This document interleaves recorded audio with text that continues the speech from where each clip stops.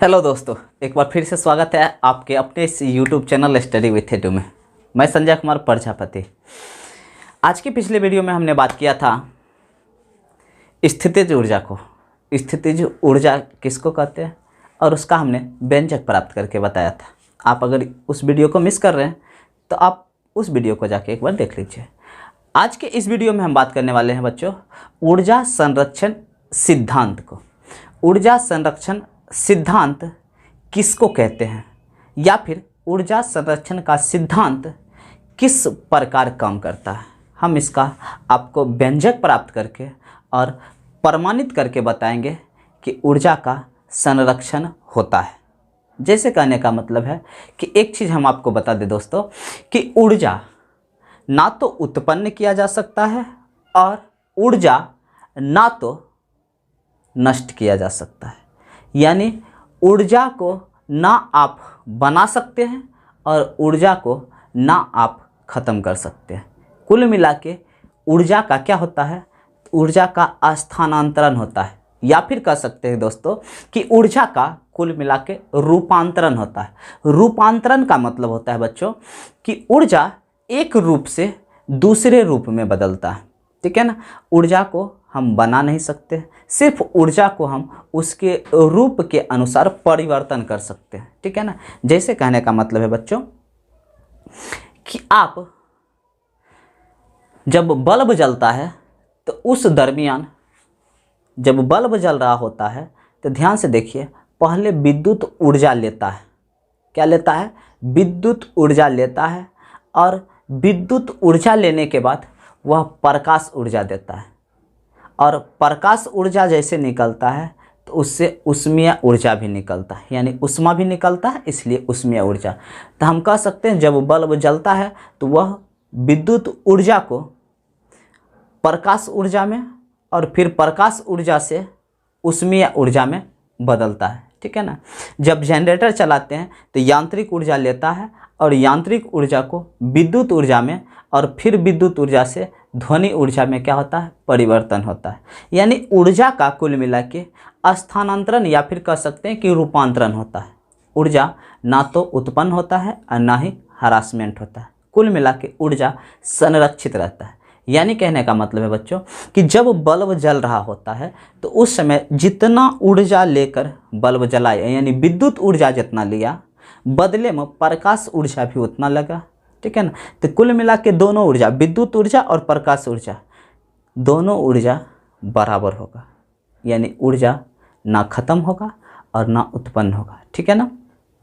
इसी को कहते हैं हम ऊर्जा संरक्षण सिद्धांत। आइए इसके व्यंजक को हम प्राप्त करके आपके सामने प्रस्तुत करते हैं। ऊर्जा संरक्षण सिद्धांत यानी सिद्ध करके हम बताएंगे आपको कि सच्चे में ऊर्जा संरक्षण होता है। ठीक है ना। ध्यान से देखिए ऊर्जा संरक्षण का। मान लीजिए यहाँ देखिए, ध्यान से समझिए।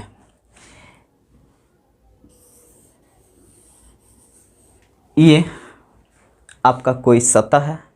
इस सतह से इतना ऊंचाई पर एक पिंड हम ले गए जिसका द्रव्यमान क्या है, m।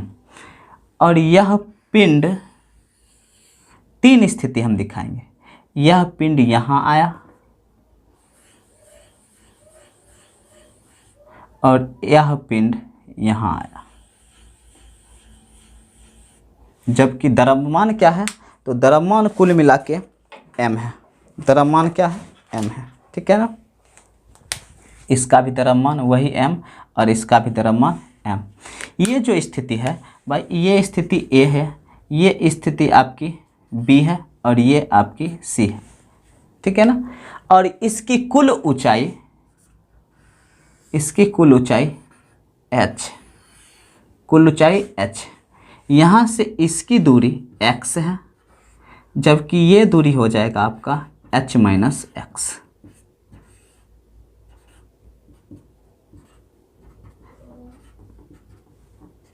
ठीक है। मान लिए हैं कि माना कि m द्रव्यमान का वस्तु जिसको h ऊंचाई पर उठाया गया है, कितना ऊंचाई पर, h ऊंचाई पर उठाया गया है, गुरुत्वाकर्षण के अधीन h ऊंचाई पर उठाया गया है, ठीक है ना। ये बात आप लिख लीजिएगा, माना कि m द्रव्यमान का कोई वस्तु है जो h ऊंचाई तक उठाया गया है, जब वह नीचे गुरुत्वाकर्षण के अधीन b बिंदु पर आता है तो वह x दूरी तय करता है, और जब b बिंदु से c बिंदु पर पहुंचता है तो वह h माइनस x दूरी तय करता है, ठीक है ना। अब ध्यान से समझिए, इसको बड़ा बारीकी से समझिए। लिख लीजिए, माना कि यहाँ हम लिख देते हैं, माना कि m द्रव्यमान का कोई पिंड h ऊंचाई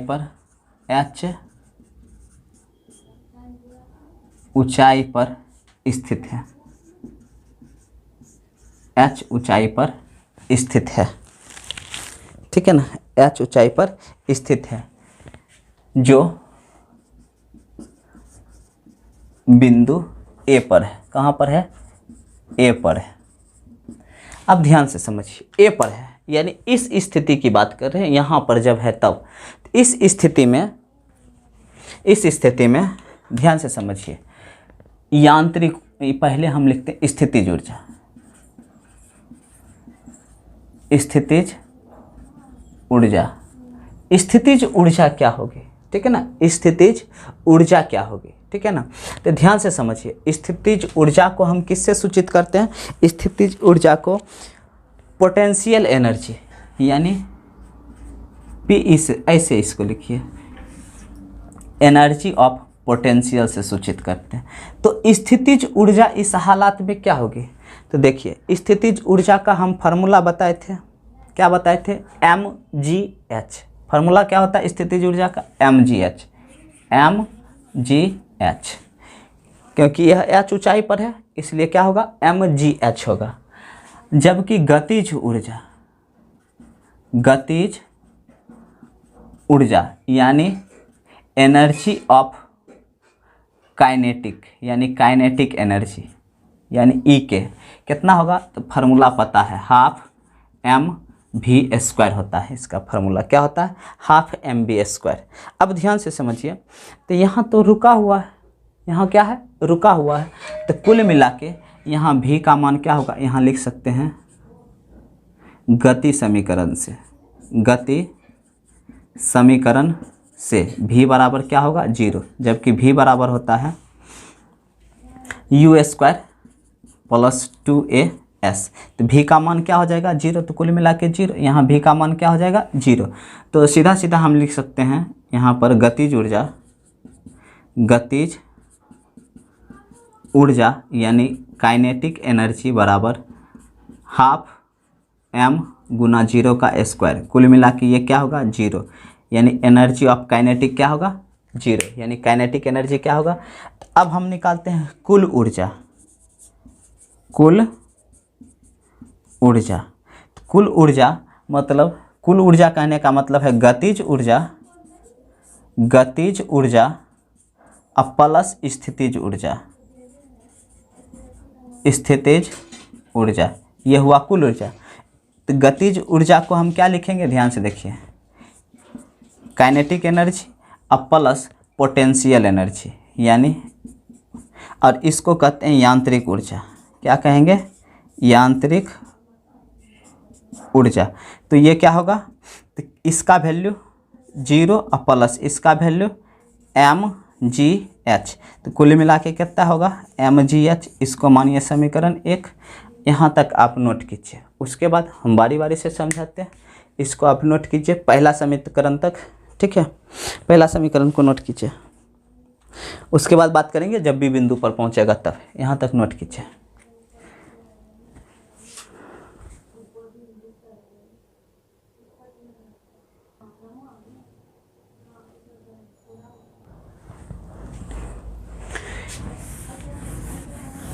आइए बच्चों, पहला समीकरण को आप ध्यान में रखिएगा कि पहला समीकरण में आया है, यहाँ लिख देते हैं। समीकरण 1 में जो आया था वह आया था कुल मिला के पोटेंशियल एनर्जी अब plus kinetic energy is equal to mgh आया था पहला समीकरण में, ठीक है ना। अब ध्यान से समझिए, अब हम लिखते हैं जब वस्तु गुरुत्व के अधीन x दूरी तय करके कहाँ पर, B बिंदु पर x दूरी तय करके कहाँ पर, B बिंदु पर पहुंचता है, तो जब इस बिंदु पर पहुंचा है तब बात करते हैं कि उसका कुल ऊर्जा क्या होगा। यानी पहले हम निकालते हैं स्थितिज ऊर्जा को हम क्या कहेंगे,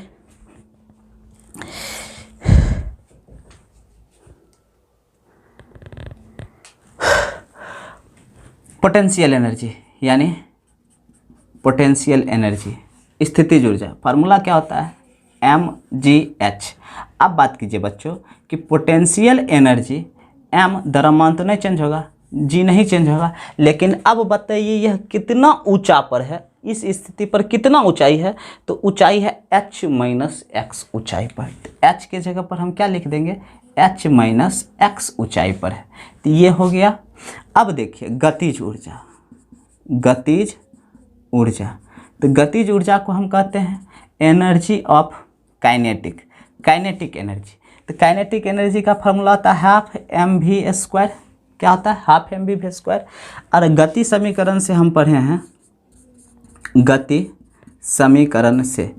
समीकरण से पढ़े हैं v² बराबर u² प्लस 2as। अब यहाँ ऊपर से नीचे आ रहा है, ई क्या होगा, g, ठीक है ना, और es विस्थापन नहीं, ये क्या हो जाएगा, ऊंचाई। ध्यान से समझिए, तो हो जाएगा u कितना 0 और प्लस 2g, और ये कितना विस्थापित हुआ है, तो यह x विस्थापित हुआ है। कितना विस्थापित हुआ है, तो यह x विस्थापित हुआ है, तो यहाँ क्या हो जाएगा x, ठीक है, क्या हो जाएगा x, ऊपर से xn विस्थापित हुआ था, x हो जाएगा। अब इसका मान हम यहाँ रख देते हैं, तो एनर्जी ऑफ काइनेटिक होगा half mv², half m, v के जगह पर हो जाएगा 2, v² के जगह पर 2gx, ये से ये कटा, अब हो जाएगा mgx। अब ये हुआ काइनेटिक एनर्जी और ये हुआ पोटेंशियल एनर्जी, दोनों एनर्जी को जोड़ेंगे तब आएगा कुल एनर्जी, यानी कुल ऊर्जा। कहाँ पर, B बिंदु पर कुल ऊर्जा। तो B बिंदु पर कुल ऊर्जा क्या होगा, तो ध्यान से देखिए, तो B बिंदु पर कुल ऊर्जा होगा energy of potential, energy of kinetic, ठीक है ना, कुल ऊर्जा, यानी जिसको कहेंगे यांत्रिक ऊर्जा। तो एनर्जी ऑफ पोटेंशियल कितना आया है, mg into h minus x आया है, अब प्लस काइनेटिक एनर्जी क्या आया है, mgx आया है, mgx। अब ध्यान से समझिए, इसको इससे गुना कीजिए, इसको इससे, तो होगा mgh, इसको इससे गुना करने पर माइनस है तो माइनस, इसको इससे गुना करेंगे तो mgx, अब प्लस इसको गुना करेंगे तो mgx। एक प्लस और एक माइनस क्या हो जाएगा, ख़त्म हो जाएगा, तो बचेगा कितना, mgh। तो B बिंदु पर भी, यानी इसको कहेंगे समीकरण 2, तो B बिंदु पर भी क्या आया है, यहाँ हम लिख देते हैं energy of potential plus energy of kinetic, कुल मिला के mgh आया है। ये समीकरण दूसरा हम लिखे, ठीक है ना। आप इसको बढ़िया से नोट कीजिए, तब हम बात करेंगे बिंदु C पर, ठीक है ना। तीनों कंडीशन में हम आपको बता देंगे कि ऊर्जा संरक्षण कैसे होता है, ठीक है ना। आप इसको नोट कर लीजिए जल्दी।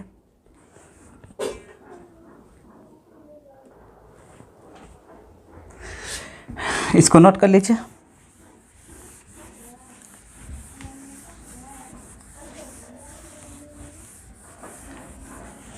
अब हम बात करते हैं कि पुनः मुक्त रूप से पुनः मुक्त रूप से वस्तु गिरते हुए कहाँ पर, सी बिंदु पर पहुंच जाती है, सी पर पहुंच जाती है। जब सी पर पहुंचती है ना, तब देखिए क्या होता है। तो सी पर हम स्थितिज ऊर्जा निकालेंगे, स्थितिज ऊर्जा, सी पर स्थितिज ऊर्जा यानी energy of potential, energy of potential. ध्यान से देखिए, तो इसका फार्मूला क्या होगा, mgh। लेकिन सी बिंदु पर ऊंचाई है ये नहीं, सी बिंदु पर ऊंचाई नहीं है। देखिए ऊंचाई है नहीं, सी बिंदु क्योंकि बिल्कुल सतह पर आ चुका है, सी बिंदु में ऊंचाई नहीं है, तो ऊंचाई क्या हो जाएगा, 0। तो यानी एनर्जी ऑफ पोटेंशियल mg गुना 0, तो कुल मिला के क्या आ जाएगा, 0। पोटेंशियल एनर्जी क्या हो जाएगा, 0। ठीक है। और गतिज ऊर्जा देखते हैं क्या होता है, गतिज ऊर्जा। ध्यान से देखिए, गतिज ऊर्जा जो होगा वो होगा हाफ mv²। हाफ mv² हम फार्मूला बता चुके हैं, ठीक है ना। तो अब ध्यान से समझिए, गति समीकरण से, गति समीकरण से, गति समीकरण होता है v² बराबर u² प्लस 2as। जब यहाँ ऊपर से आ रहा हो तो ए किस में कन्वर्ट हो जाएगा, g में, और s किस में कन्वर्ट हो जाएगा, h में, क्योंकि यहाँ से यहाँ आया, यहाँ से यहाँ आया, ठीक है ना। किस में हो जाएगा, तो यहाँ हम क्या लिख देते हैं, h। ठीक है। तो v² की जगह हम लिखेंगे, जबकि v² बराबर इसका वैल्यू कितना, 0, अब प्लस 2gh, क्या हो जाएगा, 2gh। ठीक है।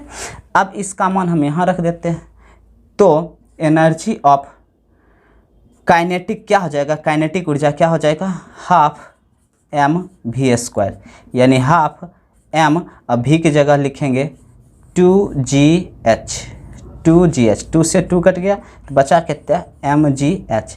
अब हम निकालते हैं सी बिंदु पर कुल ऊर्जा, सी बिंदु पर कुल ऊर्जा, सी बिंदु पर कुल ऊर्जा, यानी यहाँ पर कुल ऊर्जा क्या होगा, तो कुल ऊर्जा होगा पोटेंशियल एनर्जी और plus kinetic energy. Potential energy 0 और प्लस काइनेटिक एनर्जी mgh। तो कुल मिला के क्या आया, mgh।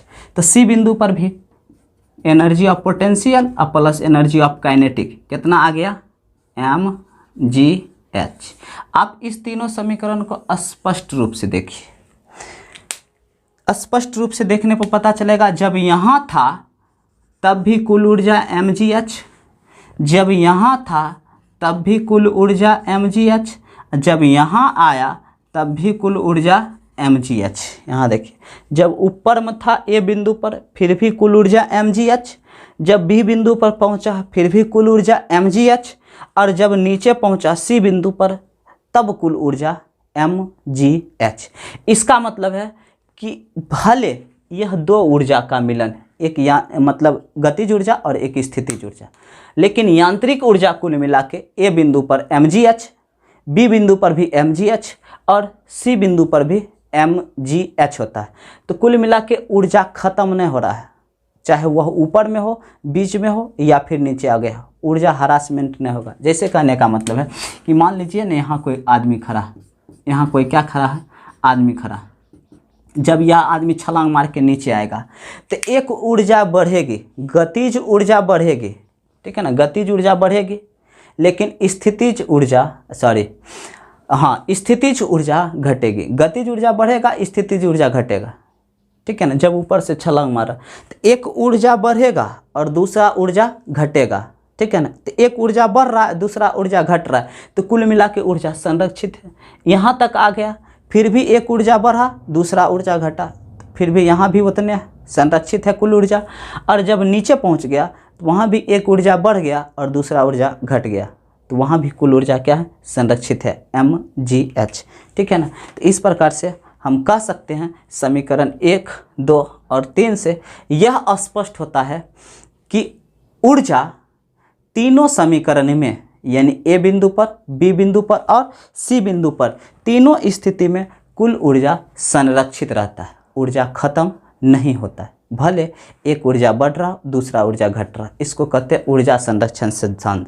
जैसे कहने का मतलब है बच्चों कि हम कल भी वीडियो में बताए थे कि मान लीजिए हम 10 रुपया किसी से ले रहे हैं और 10 रुपया किसी को दे रहे हैं, तो हमारा पर कोई प्रभाव नहीं पड़ेगा।